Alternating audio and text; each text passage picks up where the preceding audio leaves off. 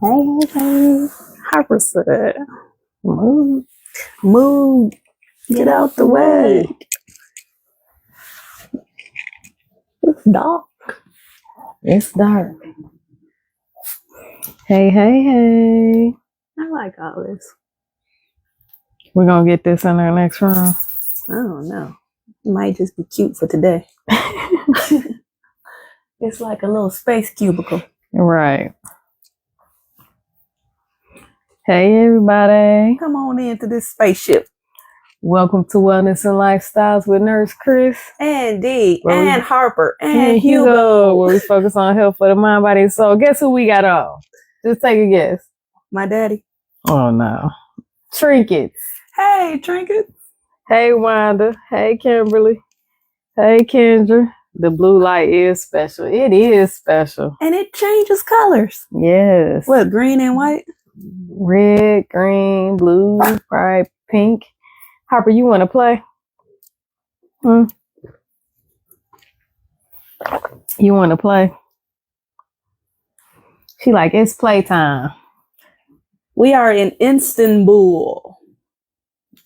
At the airport. At the airport hotel. We flew 16 and a half hours. That was the longest flight ever. I mean, solid on the plane, 16 hours. Yeah, I think it was as long because we had a stopover in Manila to pick up more passengers, but we stayed on the plane. So this layover was just 12 hours? Yeah, it's 12. And our next flight is 11 and a half hours. So about 1 hour from now. So we made that 16-hour flight so we can do this. And the dogs did so good. I honestly feel like we had some prayer warriors that was like, Harper, please don't get kicked off the plane. Because it ain't Hugo. It's never Hugo. Y'all know that. They were quiet, and grace of God, the flight attendants allowed us to take them out of the one bag, two dogs together, and put them in separate bags. And then after so many hours, of course, we snuck them out the bags and put them on our lap, under the blanket. Cup. They slept like that for like 7-8 hours. The only thing is our dogs are so trained that them pee-pee pads, they were not having it. We took them in the bathroom, laid the pee-pee pad out. About 2 times. They will not go to the bathroom on a pee-pee pad anymore. So it's amazing, but our dogs obviously can hold their bodily functions for about 16 hours. They did real good. They did good. So I can't hold my stuff for 16 hours. So. The fact that we have to do this one more time, we asking for the same amount of grace, same good energy flight attendants that understand. And they was liking our dogs. Like, soon as we got on, they like, and we like, yeah, all that, all that. Yep. And then when we took them to the bathroom, she was like, "Can I be of service?" And so they petting the dogs. I'm like, yeah. I'm like, let them pet them. Mm-hmm. It was just at one point, Harper did get over it in that final hour, which was understandable because I was over it too. And Chris had the bag unzipped a little bit. Harper got out and was underneath somebody else's row behind us. Behind us. I was like, this is why they don't let the dogs on the plane. Like, like out the bag because things could get out of control. Yes, thank you. Thank you for the prayers. Yeah, she did good though. So in all of this, the lesson that I learned is life is not always straightforward. It's not always a straight path. We were in the Philippines. Our new home is only 4.5 hour flight from the Philippines. But none of those, we couldn't get a direct flight. The airlines wouldn't allow the dogs. So in order to not have to rehome our dogs, leave them in an environment where we knew they couldn't survive, we had to do what we had to do, right? So in us going, go ahead, boy, 16 and a half hours in the wrong direction in order to keep our family together, and even going to Australia to get the paperwork for the dogs.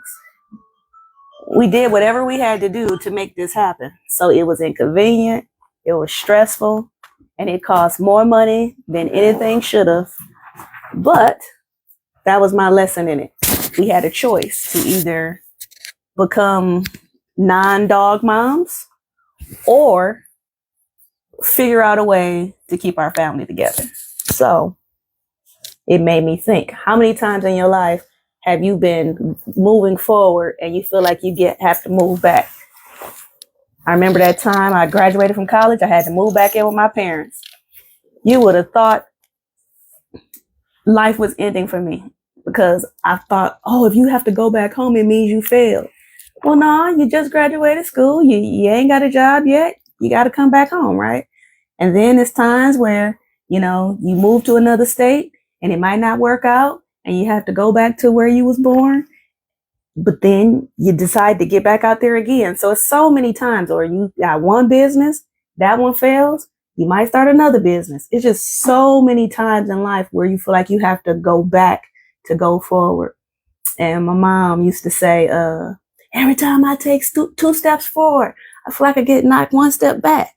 Every time we talk about going backwards, go forward, make me think about your mom. Because in that story. And do you stay back or do you restart again? And so it's the journey in this life. And that's what I said. It's not always straightforward. It's not always easy. It's not always a direct path. It's not always the path of least resistance. But we didn't give up. All we got to do is learn how to manage the stress a little bit better. Because it was a couple of times in this process. Yeah, I unraveled some. And where we almost gave up. We literally thought we were going to have to give up our dogs. Yeah. So, I mean, we had sleepless nights. Trying to figure this thing out. And then something hit me like, let's go let's bring the way we brought our babies in to the Philippines. Let's take them out that way. Right. And it was Turkish Airlines. So thank you to Turkish Airlines for allowing dogs on the flight. Just know that if you ever have to take a dog on a flight with Turkish Airlines, you want to be one of the first people to be at the airport, because I don't, from like our first experience flying with them about a year ago, if there's a cat on the flight, they will not allow a dog, even if they're not together. So, and I don't think they allow big dogs because you have to be able to put them under the seat. But just know that you have to get there first, and the paperwork processing takes a long time depending on who you come across. A lot of times they're not familiar. It just must not be something that happens very often, because even in America, I can see why. Even in America, they looking through the paperwork, and I mean, literally, Nurse Chris, I made sure I dot my I's, cross my T's, and my wife, been back and forth. She'll make 4 or 5 copies, because when you get to these countries, they need a copy, and nobody has a copier. You just have to be prepared for even the things you can't fathom or think about. And so, yeah, this has been amazing. So, of course, people are on a little plane train are like, you guys are taking your dogs with you just to travel for a couple of weeks or a month? No, we're relocating.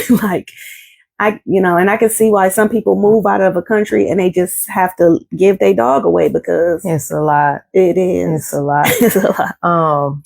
I know when you talked about I was disappointed in myself for mentally unraveling a couple times. But I am human. But the couple times when it happened, I had to mentally talk myself through it and think about some of the things that we've been through, major hurdles, actually, even within the last year, that we've overcome, and how during that time, God didn't leave us hanging. It was like always to teach us a lesson, and how we were able to overcome those obstacles.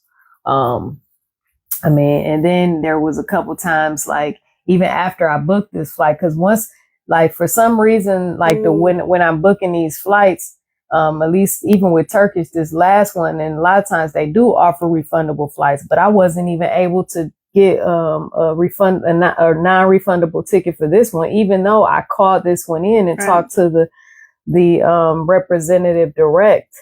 And I think what happened too, you did all this work for months leading up to us leaving, and to find out 2 days before we were supposed to leave that The we first couldn't. time. And then we lost the money on that flight and the extra luggage. And so to do that much just to be derailed, it takes a minute to regroup and to rethink past it. And then we started grieving the loss of the dogs because then we tried to look for them a home, and then we couldn't find them anywhere to stay. And so then we had to just keep thinking through the process and not give up on it. And so, but, you know, I was like, man, you know, we taking a chance. And so up until like 2 days, even the day before, I just started praying and meditating, because I was like, this has to work. Like, I don't want to have a plan B and have to end up staying in Cebu an extra month because we already there, because we had to drive them over because the airlines in the local city didn't allow them. And thank you to Doug for driving me and the dogs on the ferry, 5-hour drive to Cebu. Chris took a plane and we had to meet back up. He was the one that helped us get the dogs the first time. He's been a beautiful soul for the last year. I'm getting emotional. Yeah, he's a great guy. The right people helping. And yeah, but you know, when we have these moments in our lives where things are very emotionally challenging, it's a good time to take time to reflect. And that's what I had to start doing. I had to remind myself. And then when I start thinking about a plan B and C, I said, wait a minute, stop allowing yourself to think that it's not going to work out. Even though this first airline dropped the ball, you got to stop and regroup and say, nope, this is not going to happen. This is not an option. It's going to go through. Things are going to be fine. And even though when we went to that airline last night, the lady was questioning every little thing, didn't know nothing about what she doing, even though she got her little handwritten checklist. Even though all of that happened, it still went through okay. It did. So, and that's what we end up saying. Things always end up working out in the end for our good. We just have to stay the course. Stay the course. Absolutely. So whatever you're going through, even when during that hard time, don't give up.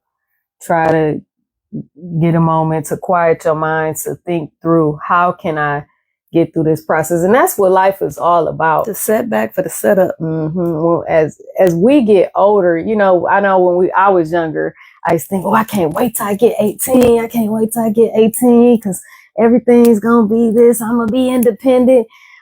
I'm going to have everything I want, when I want, how I want. And what happens is, as we become adults and as we get older, the problems start coming. And then for those like me, myself, I don't have that person to solve the problems for me or to rescue me from this and that.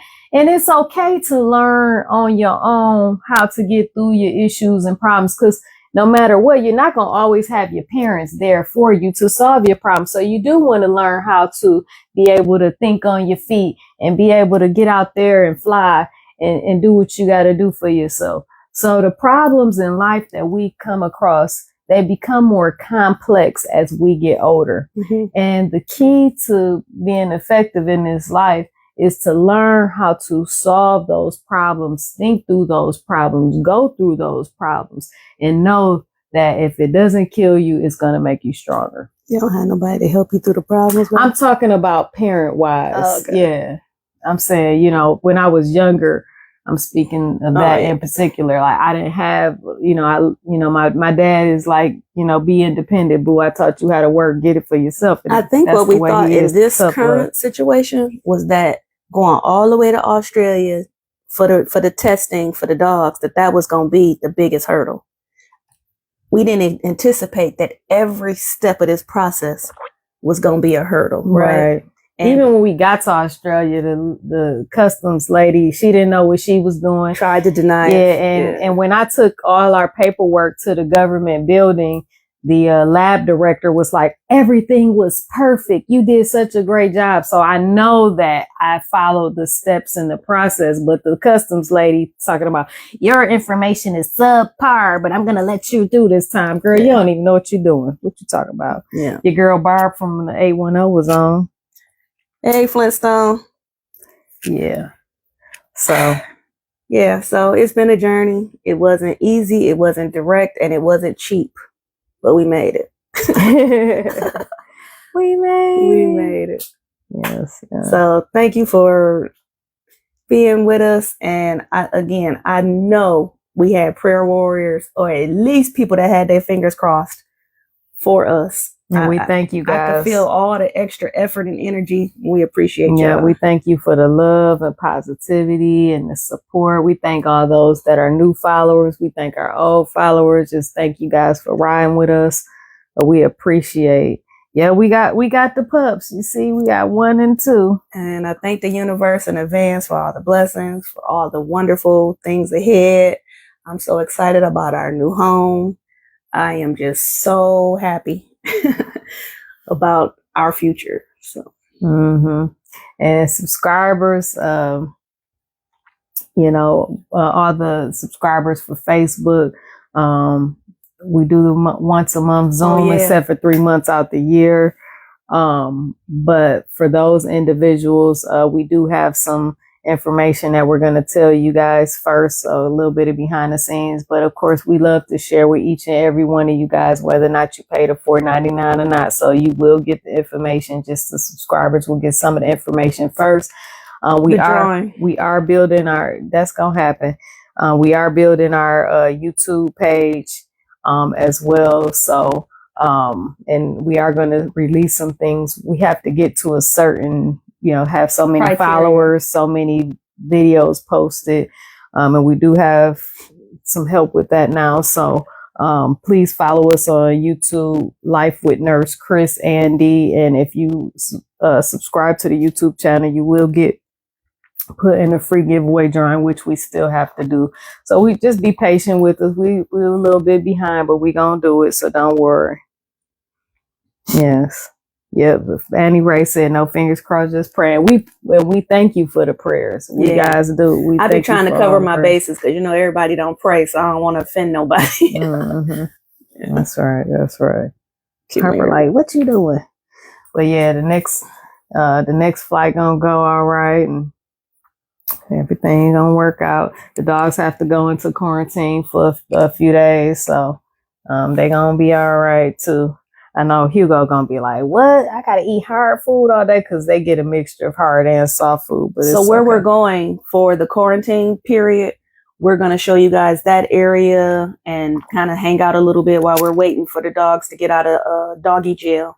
So there's another step in this process, the quarantine process. And that'll be next. So we're not going directly home yet because they got to go into quarantine first. So, but we thank you guys again, and we love you guys. And make sure you follow if you're not following.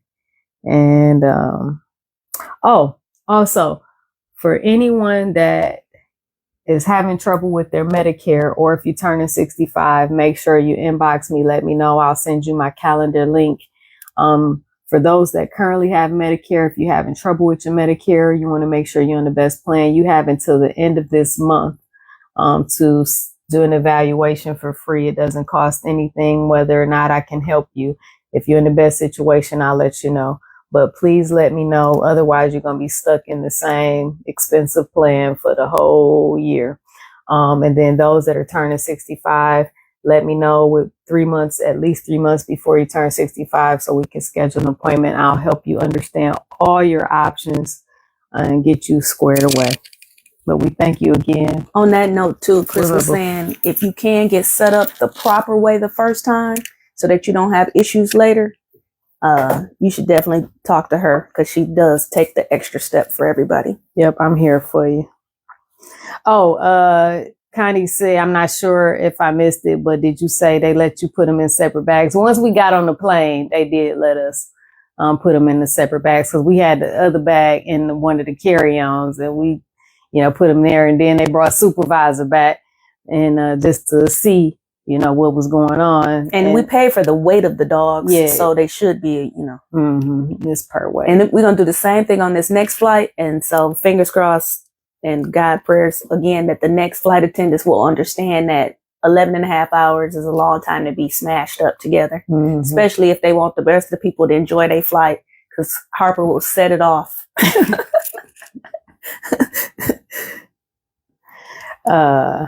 You go let them see before we go. It's Asia. So the Asian Airlines, like, is very, for our breed.